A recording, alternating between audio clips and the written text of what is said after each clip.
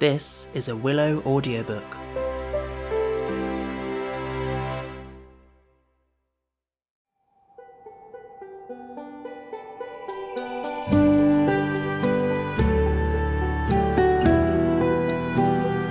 The Marvellous Land of Oz by L. Frank Baum. Read by Stephen Alexander.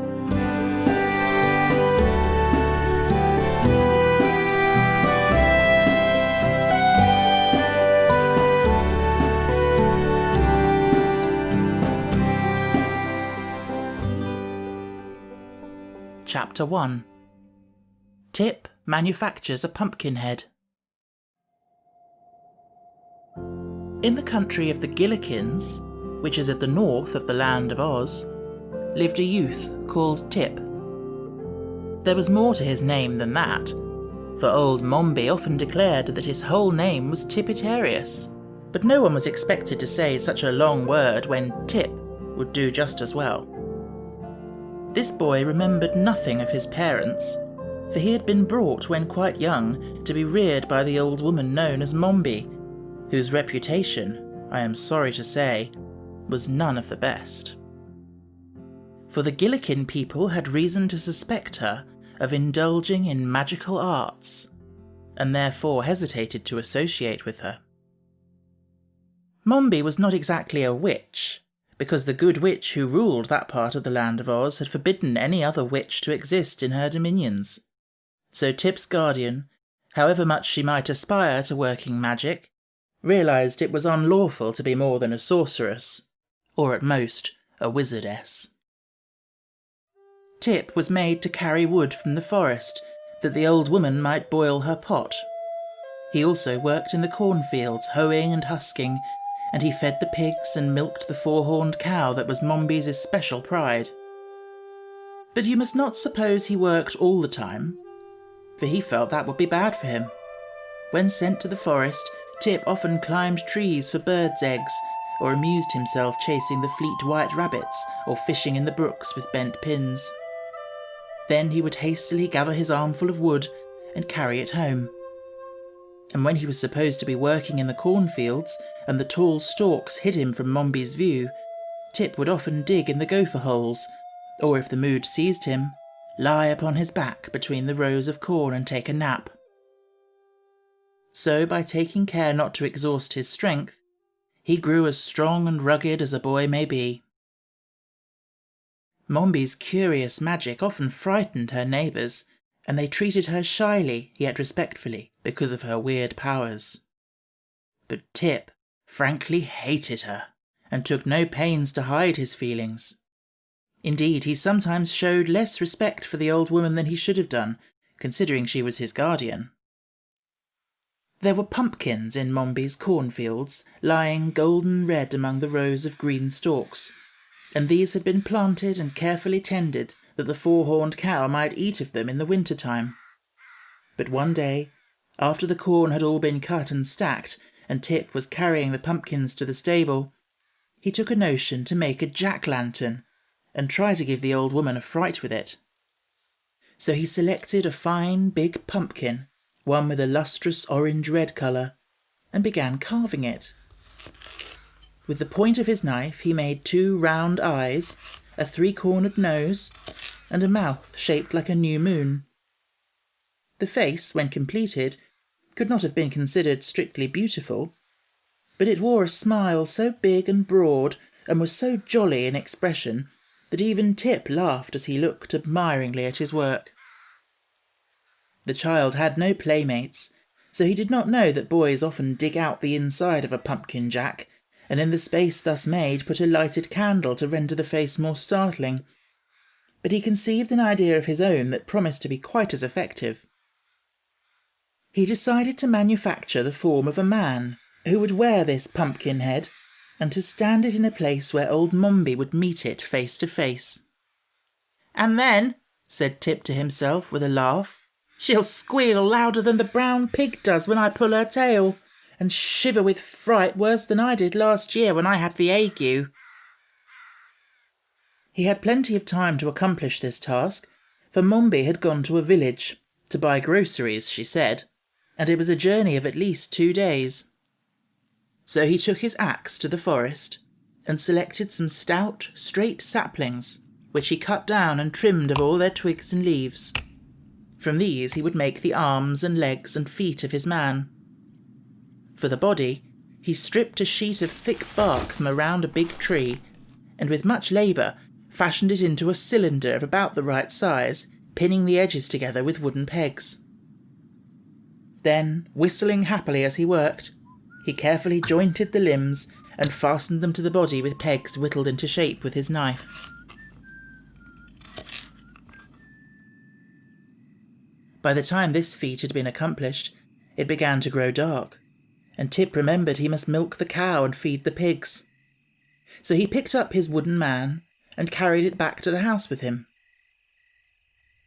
During the evening, by the light of the fire in the kitchen, Tip carefully rounded all the edges of the joints and smoothed the rough places in a neat and workmanlike manner.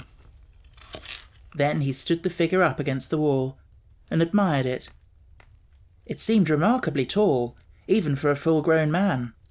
But that was a good point in the small boy's eyes, and Tip did not object at all to the size of his creation. Next morning, when he looked at his work again, Tip saw he had forgotten to give the dummy a neck, by means of which he might fasten the pumpkin head to the body. So he went again to the forest, which was not far away, and chopped from a tree several pieces of wood with which to complete his work. When he returned, he fastened a cross-piece to the upper end of the body, making a hole through the centre to hold upright the neck. The bit of wood which formed this neck was also sharpened at the upper end, and when all was ready, Tip put on the pumpkin head, pressing it well down onto the neck, and found that it fitted very well. The head could be turned to one side or the other as he pleased, and the hinges of the arms and legs allowed him to place the dummy in any position he desired. "Now that," declared Tip proudly, "is really a very fine man, and it ought to frighten several screeches out of old Mombi, but it would be much more lifelike if it were properly dressed." To find clothing seemed no easy task, but Tip boldly ransacked the great chest in which Mombi kept all her keepsakes and treasures, and at the very bottom he discovered some purple trousers, a red shirt, and a pink vest which was dotted with white spots. These he carried away to his man, and succeeded, although the garments did not fit very well, in dressing the creature in a jaunty fashion. Some knit stockings belonging to Mombi and a much-worn pair of his own shoes completed the man's apparel, and Tip was so delighted that he danced up and down and laughed aloud in boyish ecstasy. "I must give him a name!" he cried. "So good a man as this must surely have a name. I believe," he added after a moment's thought, "I will name the fellow Jack Pumpkinhead."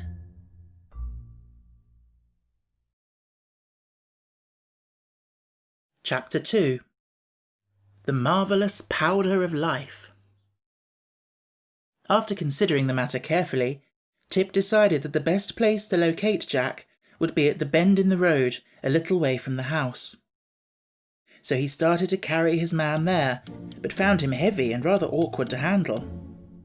After dragging the creature a short distance, Tip stood him on his feet, and by first bending the joints of one leg and then those of the other, at the same time pushing from behind, the boy managed to induce Jack to walk to the bend in the road. It was not accomplished without a few tumbles, and Tip really worked harder than he ever had in the fields or forest. But a love of mischief urged him on, and it pleased him to test the cleverness of his workmanship. "Jack's all right, and he works fine," he said to himself, panting with the unusual exertion. But just then he discovered the man's left arm had fallen off in the journey, so he went back to find it, and afterward, by whittling a new and stouter pin for the shoulder joint, he repaired the injury so successfully that the arm was stronger than before. Tip also noticed that Jack's pumpkin head had twisted around until it faced his back, but this was easily remedied. When at last the man was set up, facing the turn in the path where old Mombi was to appear, he looked natural enough to be a fair imitation of a Gillikin farmer, and unnatural enough to startle anyone that came on him unawares. As it was yet too early in the day to expect the old woman to return home, Tip went down into the valley below the farmhouse and began to gather nuts from the trees that grew there.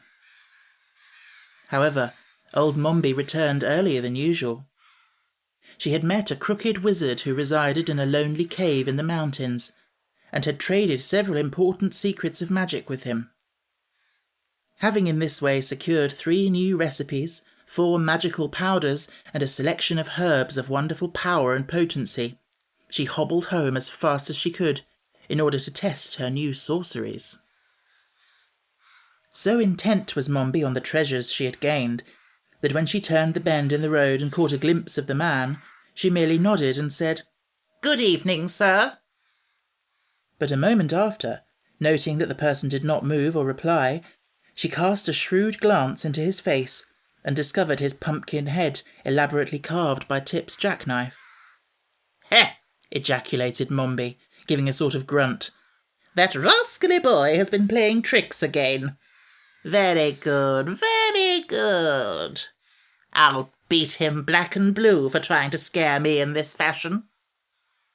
Angrily she raised her stick to smash in the grinning pumpkin head of the dummy, but a sudden thought made her pause, the uplifted stick left motionless in the air. "Why, here is a good chance to try my new powder," she said eagerly. "And then I can tell whether that crooked wizard has fairly traded secrets, or whether he has fooled me as wickedly as I fooled him."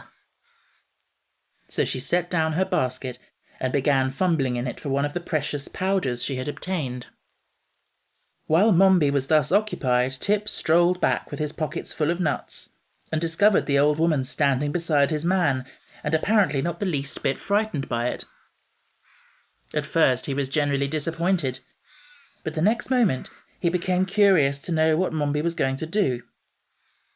So he hid behind a hedge, where he could see without being seen, and prepared to watch. After some search, the woman drew from her basket an old pepper box, upon the faded label of which the wizard had written with a lead pencil, "Powder of Life." "Ah, here it is," she cried joyfully. "And now let us see if it is potent. The stingy wizard didn't give me much of it, but I guess there's enough for 2 or 3 doses." Tip was much surprised when he overheard this speech. Then he saw old Mombi raise her arm and sprinkle the powder from the box over the pumpkin head of his man Jack. She did this in the same way one would pepper a baked potato, and the powder sifted down from Jack's head and scattered over the red shirt and pink waistcoat and purple trousers Tip had dressed him in, and a portion even fell upon the patched and worn shoes. Then, putting the pepper box back into the basket, Mombi lifted her left hand with its little finger pointed upward and said, "We are." Then she lifted her right hand with the thumb pointed upward and said, "Tia." Then she lifted both hands with all the fingers and thumbs spread out and cried, "Pia!" Jack Pumpkinhead stepped back a pace at this and said in a reproachful voice, "Don't yell like that. Do you think I'm deaf?" Old Mombi danced around him, frantic with delight. "He lives!" she screamed. "He lives! He lives!" Then she threw her stick into the air and caught it as it came down, and she hugged herself with both arms and tried to do a step of a jig, and all the time she repeated rapturously, "He lives! He lives! He lives!" Now you may well suppose that Tip observed all this with amazement. At first he was so frightened and horrified that he wanted to run away, but his legs trembled and shook so badly that he couldn't. Then it struck him as a very funny thing for Jack to come to life, especially as the expression on his pumpkin face was so droll and comical it excited laughter on the instant. So, recovering from his first fear, Tip began to laugh, and the merry peals reached old Mombi's ears and made her hobble quickly to the hedge, where she seized Tip's collar and dragged him back to where she had left her basket and the pumpkin-headed man. "You naughty, sneaking, wicked boy!" she exclaimed furiously. "I'll teach you to spy out my secrets and make fun of me." "I wasn't making fun of you," protested Tip. "I was laughing at old Pumpkinhead. Look at him. Isn't he a picture, though?" "I hope you're not reflecting on my personal appearance," said Jack, and it was so funny to hear his grave voice while his face continued to wear its jolly smile that Tip again burst into a peal of laughter. Even Mombi was not without a curious interest in the man her magic had brought to life, for after staring at him intently, she presently asked, "What do you know?" "Well, that is hard to tell," replied Jack. "For although I feel that I know a tremendous lot, I am not yet aware of how much there is in the world to find out about. It will take me a little time to discover whether I am very wise or very foolish." "To be sure," said Mombi thoughtfully. "But what are you going to do with him now he's alive?" asked Tip, wondering. "I must think it over," answered Mombi. "But we must get home at once, for it is growing dark. Help the Pumpkinhead to walk." "Never mind me," said Jack. "I can walk as well as you can. Haven't I got legs and feet, and aren't they jointed?" "Are they?" asked the woman, turning to Tip. "Of course they are. I made 'em myself," returned the boy with pride. So they started for the house, but when they reached the farmyard, old Mombi led the Pumpkin Man to the cow stable and shut him up in an empty stall, fastening the door securely on the outside. "I've got to attend to you first," she said, nodding her head at Tip. Hearing this, the boy became uneasy, for he knew Mombi had a bad and revengeful heart, and would not hesitate to do any evil thing. They entered the house. It was a round, dome-shaped structure, as are nearly all the farmhouses in the Land of Oz. Mombi bade the boy light a candle, while she put her basket in a cupboard and hung her cloak on a peg. Tip obeyed quickly, for he was afraid of her. After the candle had been lighted, Mombi ordered him to build a fire in the hearth, and while Tip was thus engaged, the old woman ate her supper. When the flames began to crackle, the boy came to her and asked a share of the bread and cheese, but Mombi refused him. "I'm hungry," said Tip in a sulky tone. "You won't be hungry long," replied Mombi, with a grim look. The boy didn't like this speech, for it sounded like a threat, but he happened to remember he had nuts in his pocket, so he cracked some of those and ate them while the woman rose, shook the crumbs from her apron, and hung above the fire a small black kettle. Then she measured out equal parts of milk and vinegar and poured them into the kettle. Next she produced several packets of herbs and powders and began adding a portion of each to the contents of the kettle. Occasionally she would draw near the candle and read from a yellow paper the recipe of the mess she was concocting. As Tip watched her, his uneasiness increased. "What is that for?" he asked. "For you," returned Mombi briefly. Tip wriggled around upon his stool and stared a while at the kettle, which was beginning to bubble. Then he would glance at the stern and wrinkled features of the witch and wish he were any place but in that dim and smoky kitchen, where even the shadows cast by the candle upon the wall were enough to give one the horrors. So an hour passed away, during which the silence was only broken by the bubbling of the pot and the hissing of the flames. Finally, Tip spoke again. "Have I got to drink that stuff?" he asked, nodding toward the pot. "Yes," said Mombi. "What'll it do to me?" asked Tip. "If it's properly made," replied Mombi, "it will change or transform you into a marble statue." Tip groaned and wiped the perspiration from his forehead with his sleeve. "I don't want to be a marble statue," he protested. "That doesn't matter. I want you to be one," said the old woman, looking at him severely. "What use'll I be then?" asked Tip. "There won't be anyone to work for you." make the pumpkinhead work for me," said Mombi. Again Tip groaned. "Why don't you change me into a goat or a chicken?" he asked anxiously. "You can't do anything with a marble statue." "Oh, yes, I can," returned Mombi. "I'm going to plant a flower garden next spring, and I'll put you in the middle of it for an ornament." "I wonder I haven't thought of that before. You've been a bother to me for years." At this terrible speech, Tip felt the beads of perspiration starting all over his body, but he sat still and shivered and looked anxiously at the kettle. "Perhaps it won't work," he muttered in a voice that sounded weak and discouraged. "Oh, I think it will," answered Mombi cheerfully. "I seldom make a mistake." Again there was a period of silence, a silence so long and gloomy that when Mombi finally lifted the kettle from the fire, it was close to midnight. "You cannot drink it until it has become quite cold," announced the old witch, for in spite of the law, she had acknowledged practicing witchcraft. "We must both go to bed now, and at daybreak I will call you, and at once complete your transformation into a marble statue." With this she hobbled into her room, bearing the steaming kettle with her, and Tip heard her close and lock the door.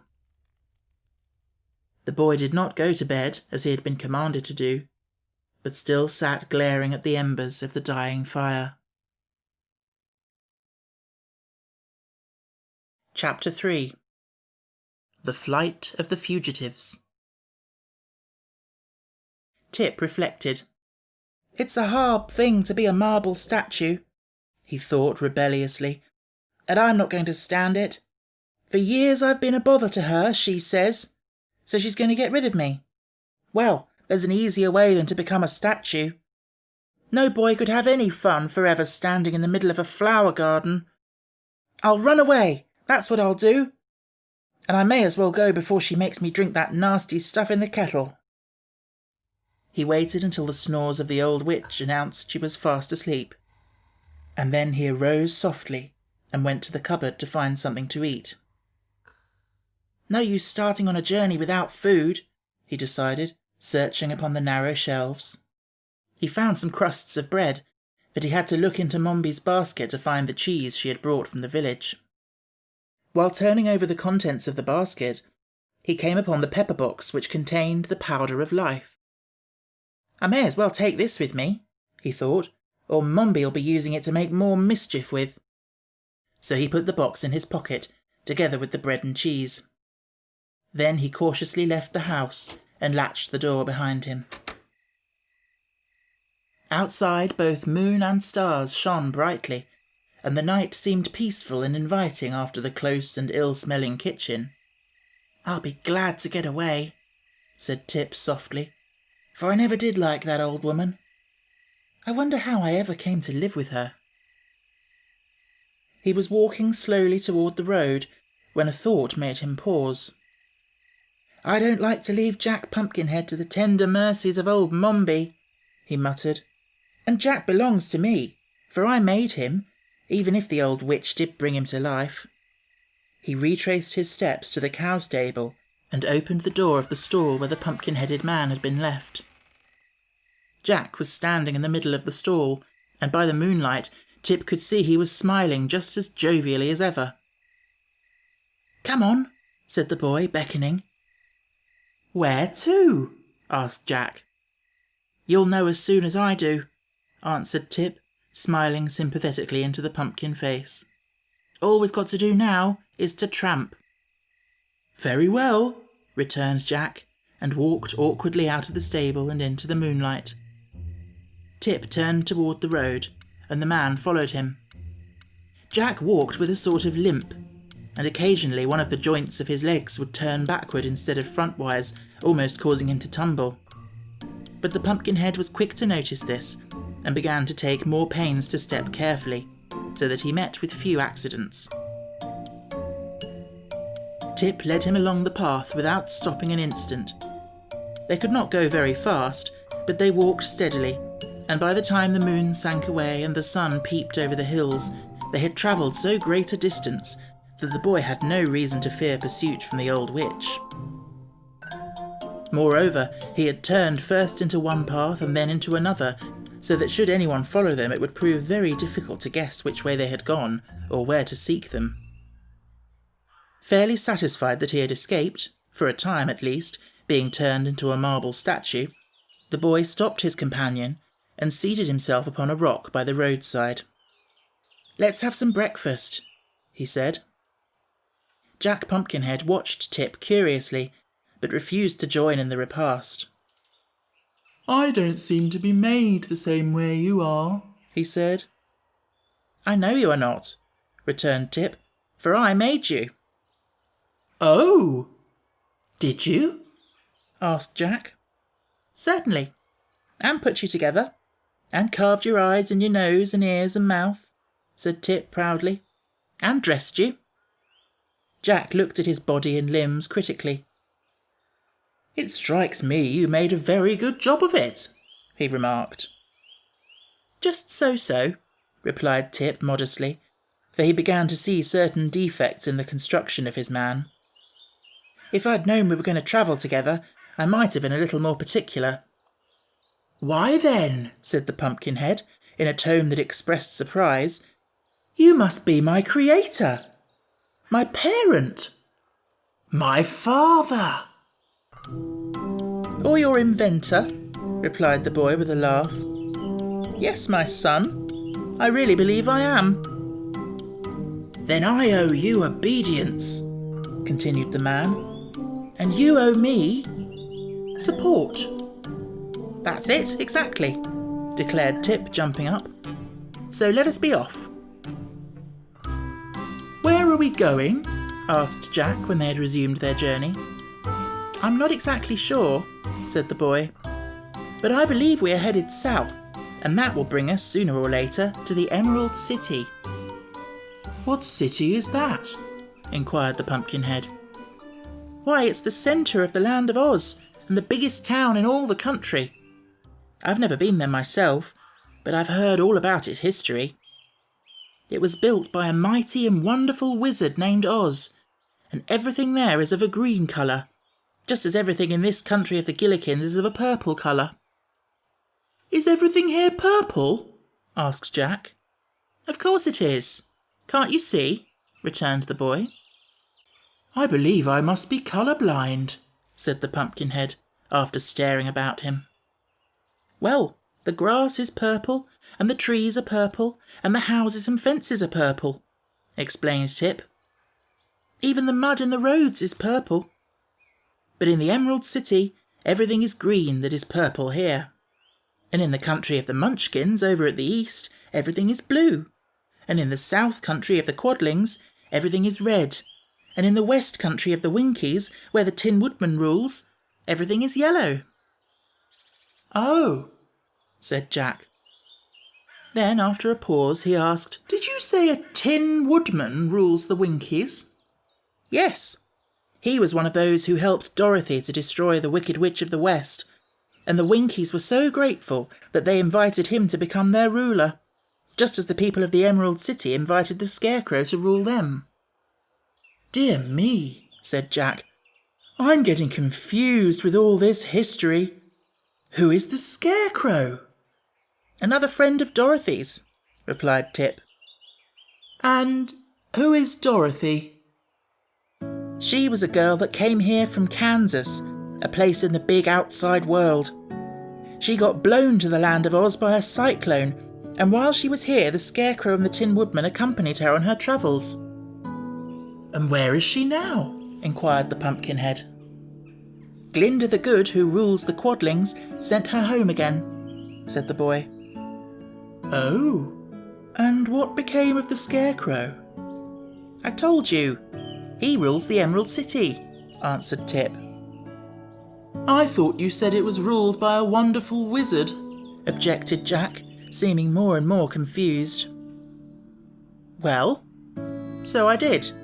Now pay attention and I'll explain it," said Tip, speaking slowly and looking the smiling Pumpkinhead squarely in the eye.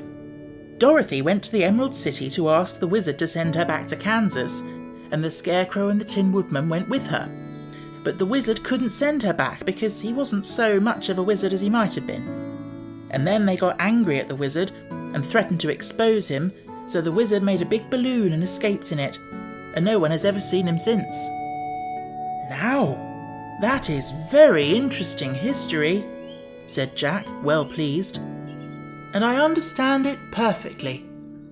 All but the explanation. I'm glad you do, responded Tip. After the wizard was gone, the people of the Emerald City made His Majesty the Scarecrow their king, and I have heard that he became a very popular ruler. Are we going to see this queer king? Asked Jack with interest. I think we may as well, replied the boy, unless you have something better to do. Oh no, dear father, said the Pumpkinhead. I am quite willing to go wherever you please. Chapter 4. Tip makes an experiment in magic. The boy, small and rather delicate in appearance, seemed somewhat embarrassed at being called father by the tall, awkward, pumpkin-headed man, but to deny the relationship would involve another long and tedious explanation, so he changed the subject by asking abruptly, Are you tired? Of course not, replied the other. But, he continued after a pause, it is quite certain I shall wear out my wooden joints if I keep on walking. Tip reflected as they journeyed on that this was true. He began to regret that he had not constructed the wooden limbs more carefully and substantially. Yet how could he ever have guessed that the man he had made merely to scare old Mombi with would be brought to life by means of a magical powder contained in an old pepper box?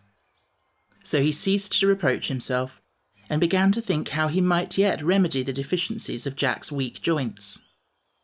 While thus engaged, they came to the edge of a wood, and the boy sat down to rest upon an old Sawhorse that some woodcutter had left there. Why don't you sit down?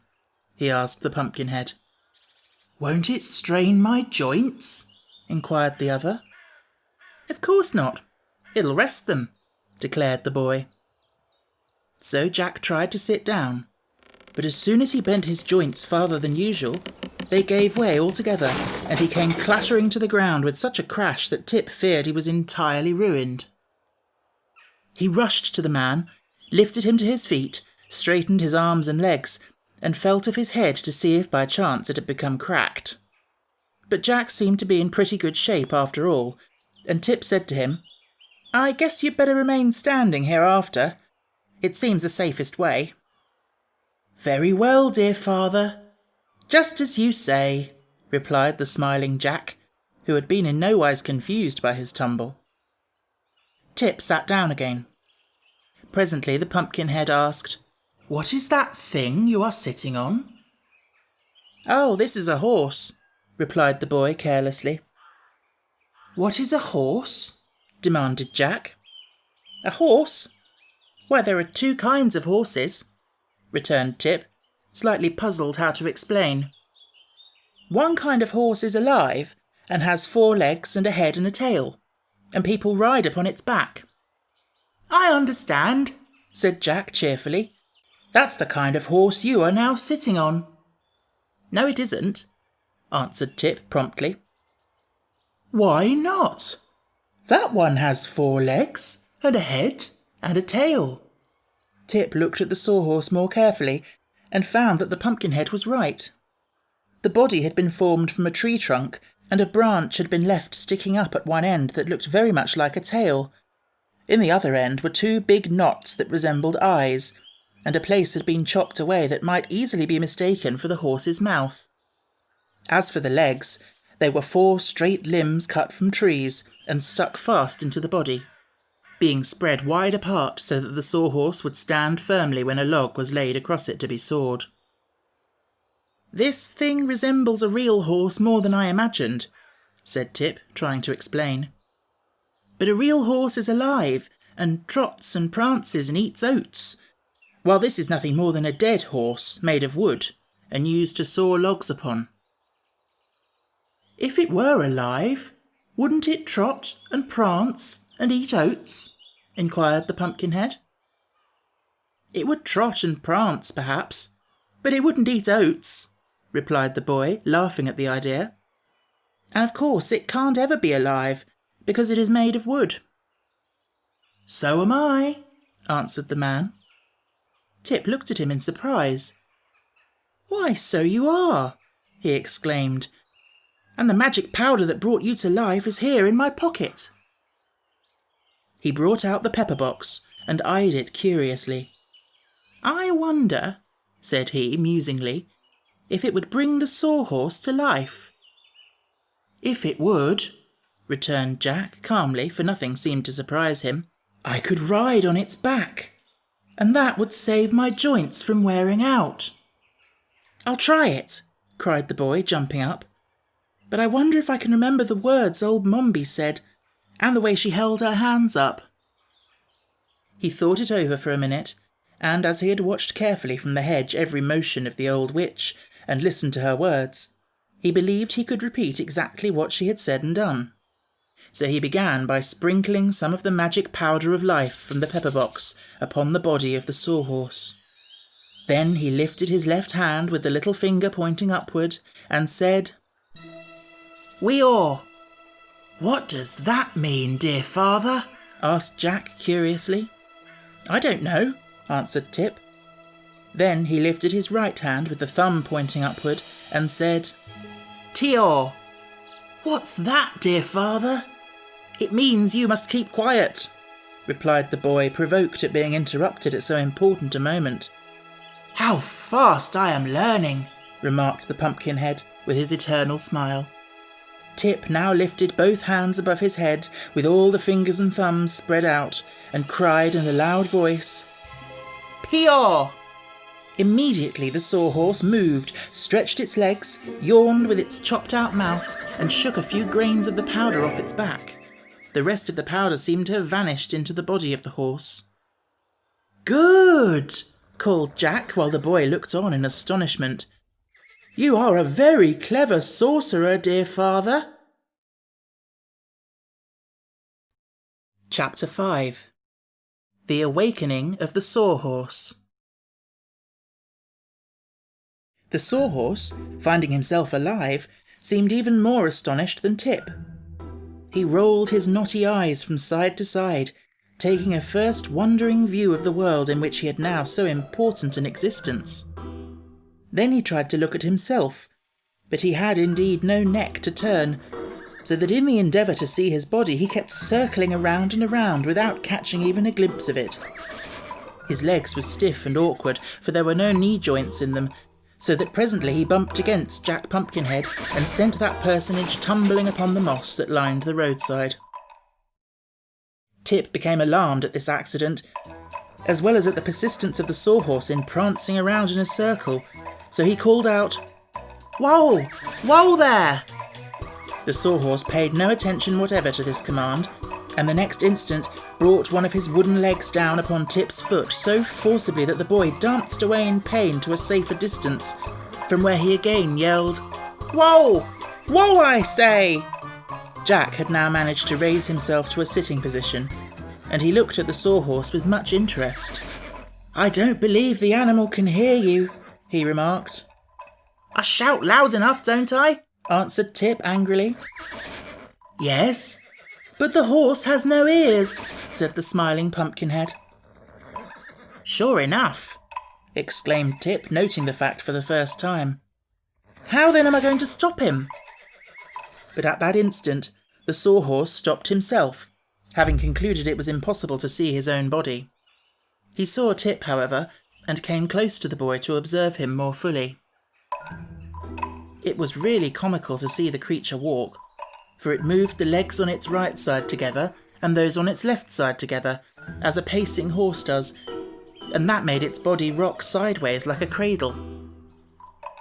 Tip patted it upon the head and said, Good boy, in a coaxing tone, and the Sawhorse pranced away to examine with its bulging eyes the form of Jack Pumpkinhead. I must find a halter for him, said Tip, and having made a search in his pocket, he produced a roll of strong cord. Unwinding this, he approached the Sawhorse and tied the cord around its neck, afterward fastening the other end to a large tree. The Sawhorse, not understanding the action, stepped backward and snapped the string easily, but it made no attempt to run away. "He's stronger than I thought," said the boy, "and rather obstinate too." "Why don't you make him some ears?" asked Jack. "Then you can tell him what to do." "That's a splendid idea," said Tip. "How did you happen to think of it?" "Why, I didn't think of it," answered the Pumpkinhead. "I didn't need to, for it's the simplest and easiest thing to do." So Tip got out his knife and fashioned some ears out of the bark of a small tree. "I mustn't make them too big," he said as he whittled, "or our horse will become a donkey." "How is that?" inquired Jack from the roadside. "Why, a horse has bigger ears than a man, and a donkey has bigger ears than a horse," explained Tip.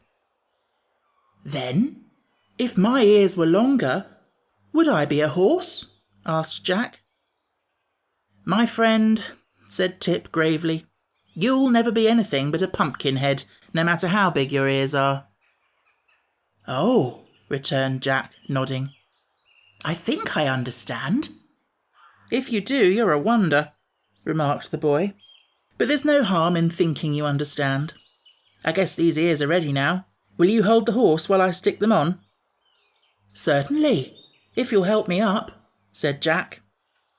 So Tip raised him to his feet, and the Pumpkinhead went to the horse and held its head, while the boy bored 2 holes in it with his knife blade and inserted the ears.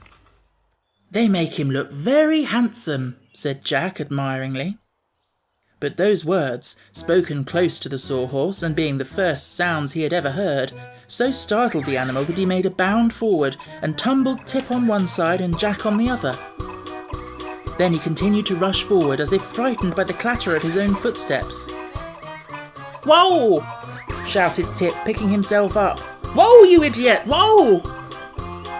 The Sawhorse would probably have paid no attention to this, but just then it stepped a leg into a gopher hole and stumbled head over heels to the ground, where it lay upon its back, frantically waving its 4 legs in the air. Tip ran up to it. "You're a nice sort of horse, I must say," he exclaimed. "Why didn't you stop when I yelled whoa?" "Does whoa mean to stop?" asked the Sawhorse in a surprised voice, as it rolled its eyes upward to look at the boy. "Of course it does," answered Tip. "And a hole in the ground means to stop also, doesn't it?" continued the horse. "To be sure, unless you step over it," said Tip. "What a strange place this is," the creature exclaimed as if amazed. "What am I doing here anyway?" "Why, I've brought you to life," answered the boy. "But it won't hurt you any, if you mind me and do as I tell you." "Then I will do as you tell me," replied the Sawhorse humbly. "But what happened to me a moment ago? I don't seem to be just right, some way." "You're upside down," explained Tip. "But just keep those legs still a minute, and I'll set you right side up again." "How many sides have I?" asked the creature wonderingly. "Several," said Tip briefly, "but do keep those legs still." The Sawhorse now became quiet and held its legs rigid, so that Tip, after several efforts, was able to roll him over and set him upright. "Ah, I seem all right now," said the queer animal with a sigh. "One of your ears is broken," Tip announced after a careful examination. "I'll have to make a new one." Then he led the Sawhorse back to where Jack was vainly struggling to regain his feet, and after assisting the Pumpkinhead to stand upright, Tip whittled out a new ear and fastened it to the horse's head. "Now," said he, addressing his steed, "pay attention to what I'm going to tell you. Whoa means to stop. Get up means to walk forward. Trot means to go as fast as you can. Understand?" "I believe I do," returned the horse.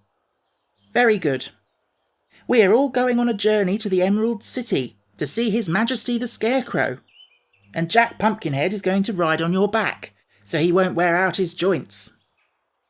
"I don't mind," said the Sawhorse. "Anything that suits you suits me." Then Tip assisted Jack to get upon the horse.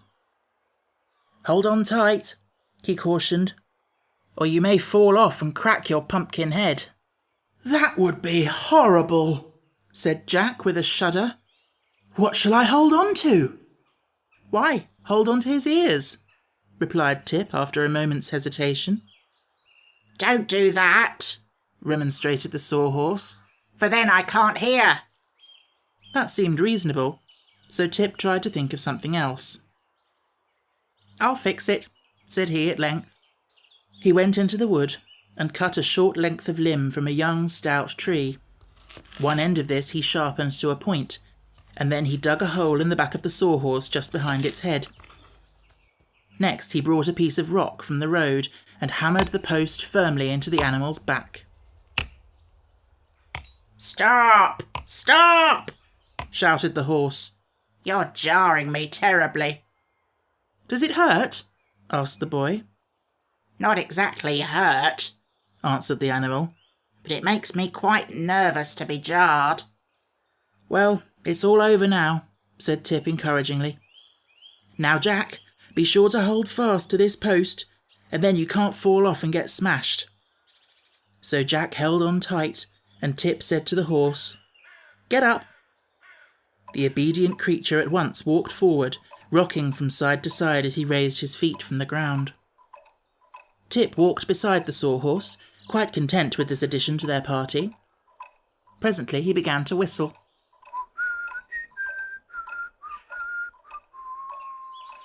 "What does that sound mean?" asked the horse. "Don't pay any attention to it," said Tip. "I'm just whistling, and that only means I'm pretty well satisfied."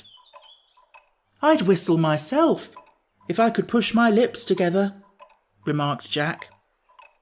"I fear, dear father, that in some respects I am sadly lacking."